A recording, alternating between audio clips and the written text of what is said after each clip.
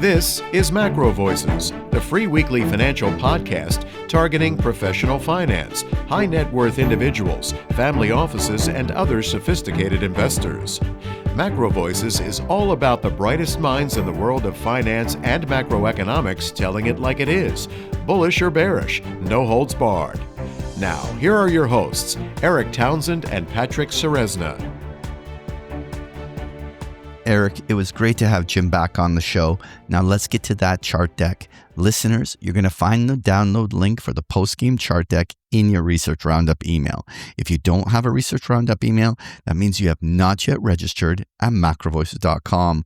Just go to our homepage, MacroVoices.com, and click on the red button over Jim's picture saying, looking for the downloads. Okay, Eric, what are your thoughts here on the equity markets?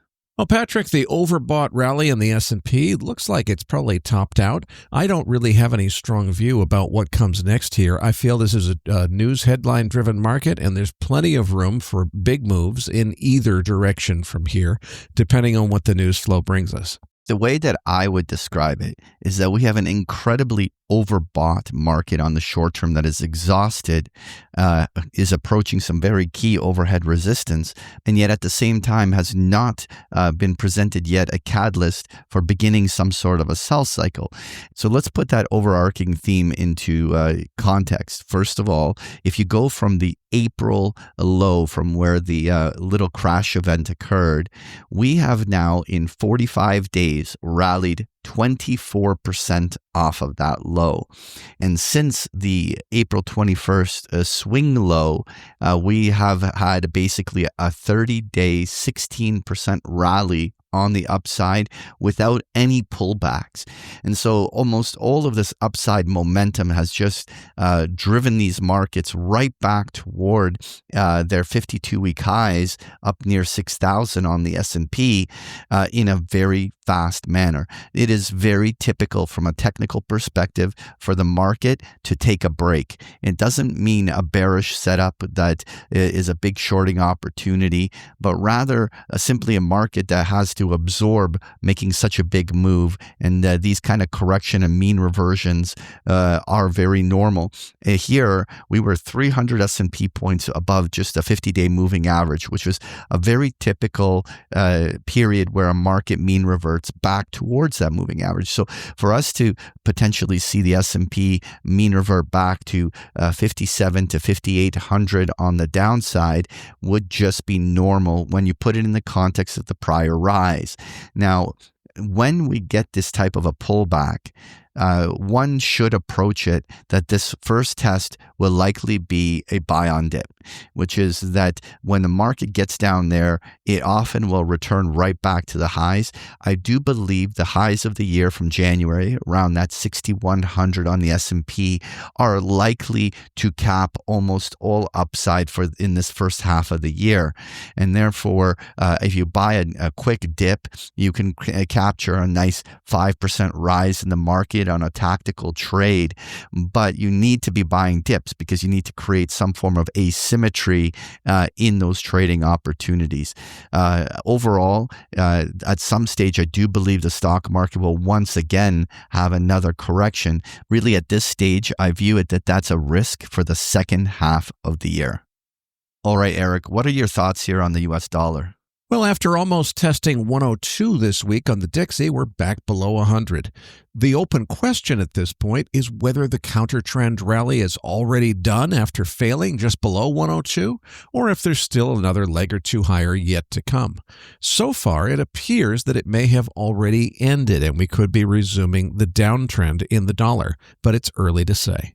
Yeah, I do believe that rejection of the 102 level on the dollar index is relevant. We have the 50-day moving average there. That was the 50% retracement of the April decline in the dollars. So the conclusion here is that the dollar's primary downtrend is still intact. Now, will we see that U.S. dollar make another major leg down, or is it simply now going to be a new bottoming formation where it double bottoms along its previous low and starts to form some form of a trade range consolidation? I'm in the camp that at least for the next couple months, the dollar is going to be far more range bound. So as we approach the lower boundary of that 98, 99 level on the dollar index, it is likely going to be a support that then trades it right back to 101 and 102. And for the going into the summer here through the remainder of May and into June, it's likely to just be a ping pong match between support resistance. And if there was going to be another leg down in the dollar, again, it would likely be into the summer or going into deeper into the second half of the year. And so right now, I'm very neutral as we're approaching these previous lows. All right, let's move on to crude oil. Well, Patrick, to my eye, the oil market is just grinding sideways here. I don't really see either a directional trend or a trade opportunity. Well, Eric, maybe not an immediate trade is there, but I'm actually watching for a particular pattern here on crude. Now, we had a direct double bottom retest in May of its April lows. And we now rallied back to the April highs and remain in this trade range. But we have had a year-long bear market on the downside of crude oil, and it's been dominant for such a long time that oil is quite oversold and trading at some very low levels. What I'm looking for is signs that this has entered a new accumulation phase and a more of a trade range that would become the base of a potential future bull breakout. Now, we have to be patient on this because the likelihood of a bull breakout happening in the month of May is probably not that high. But as we go into June, if we see that crude oil is not making lower lows, creating a solid basis, it might be the foundation of where a bull breakout attempt can occur. And so this is high on my watch list, even though I'll agree that there is no immediate trade to be taken here. Now, Eric, let's touch on gold. Well, key support we talked about last week, just below 2,200, did eventually hold, but not until some fireworks last Wednesday night into Thursday that took us, 70 points below the key support level before the market bought the dip and the rally resumed. We're back north of 33.40 now, so the big question is, are we going to put in a higher high, that is a high above 34.50, and which was the last high, and then 3,500, which was the all-time high before that. We do have a new series here of lower highs and lower lows. We need to break out of that with a higher high and a higher low pattern. The opportunity to test that will be at 34.50, which hopefully will be coming up by the end of the week here. Well, Eric, I do in principle agree with your view. We do have a bull market that is still intact. Old dips are being bought. They're all being bought at fib retracements. What were previous highs act as support. There is the primary technical bull trend is quite intact. And now I do want to see some key follow through on bullishly above 3,300. We're sort of in a short term trade range area where bouncing around between 3,200 and 3,300 could prevail here for weeks. But if we have a technical breakout that gets gold approaching its 52-week highs, suddenly it's going to become the focal point of many traders as to whether or not we have that move up to 3,700 in store here in the first half of the year. Overall, when we take a look at all of the assets that we've discussed, it is entirely plausible in my mind that the remainder of the first half of this year through May and June can be very messy and trade range bound and give false starts, and that the really big moves in the market are setting up for a second half of this year's story. So I'm really want to see that gold can follow through here on the short term, or I'm going to just kind of push forward my expectations in terms of when a really big bull advance can get underway on that upside. Finally, Eric, let's touch on uranium here. Well, the sentiment problem facing uranium finally seems to be reversing with so much positive nuclear news flow. I still think the market is badly undervalued compared to what it's worth. I think it's still a bargain, so there's lots and lots of room for upside here. Goldman Sachs has a research note out this week on uranium and all things nuclear, basically just echoing and saying the same things that Justin Hune and Mike Alkin have been telling MacroVoices listeners for years. Structural supply supply deficit imminent, and it's going to last through 2040. It raises serious questions about how the industry is going to grow to meet demand, and it almost certainly ensures much higher uranium prices to come.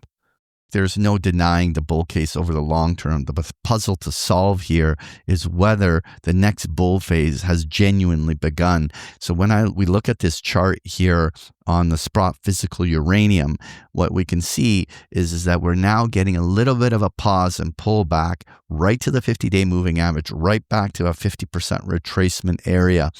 If in fact uranium has transitioned into a new bull phase, we should see this level being defended and bought on dip. And we should see something like the Sprott Physical Trust get back to like the $23 level on the upside, right back to the May highs, and really start to show an accumulation. So I'm looking for technical evidence that the buyers have truly come back in this market, and that the continuation patterns will be there. If that's the case, this 1+ year bear market decline in uranium may be over. And this is the biggest puzzle to solve here, because the type of money that could be made here is really big, but just getting it right in terms of when the next trend move has begun is clearly what we're trying to accomplish here. Patrick, I see you have a chart of the 10-year Treasury note in the deck again this week. Walk us through it. Yeah, Eric, finally, let's take a look at the Treasury bond charts. I have on page 7, I have the 10-year note, and I have the 30-year bond on page 8. What continues to be the interesting part is that the longer duration bonds are distinctly weaker. The 30-year is almost back to its 2023 low, while the 10-year is nowhere near as bad. And so so we continue to see a huge steepening in this curve, and the longest duration bonds are by far the weakest. Now we're approaching a very critical support line, and I think that this is something we can't ignore, because if we have the 30-year bond break the 2023 bear market low as yields rip to a fresh multi-year high, the markets may start to care because something might be breaking, and whether this support line holds or not should be on everyone's radar. And this is something that we'll keep a very close eye for all of our listeners. Folks, if you enjoy Patrick's chart decks, you can get them every single day of the week with a free trial of Big Picture Trading. The details are on the last pages of the slide deck, or just go to bigpicturetrading.com.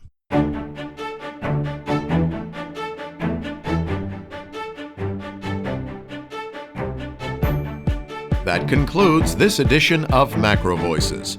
Be sure to tune in each week to hear feature interviews with the brightest minds in finance and macroeconomics. MacroVoices is made possible by sponsorship from BigPictureTrading.com, the Internet's premier source of online education for traders. Please visit BigPictureTrading.com for more information. Please register your free account at MacroVoices.com.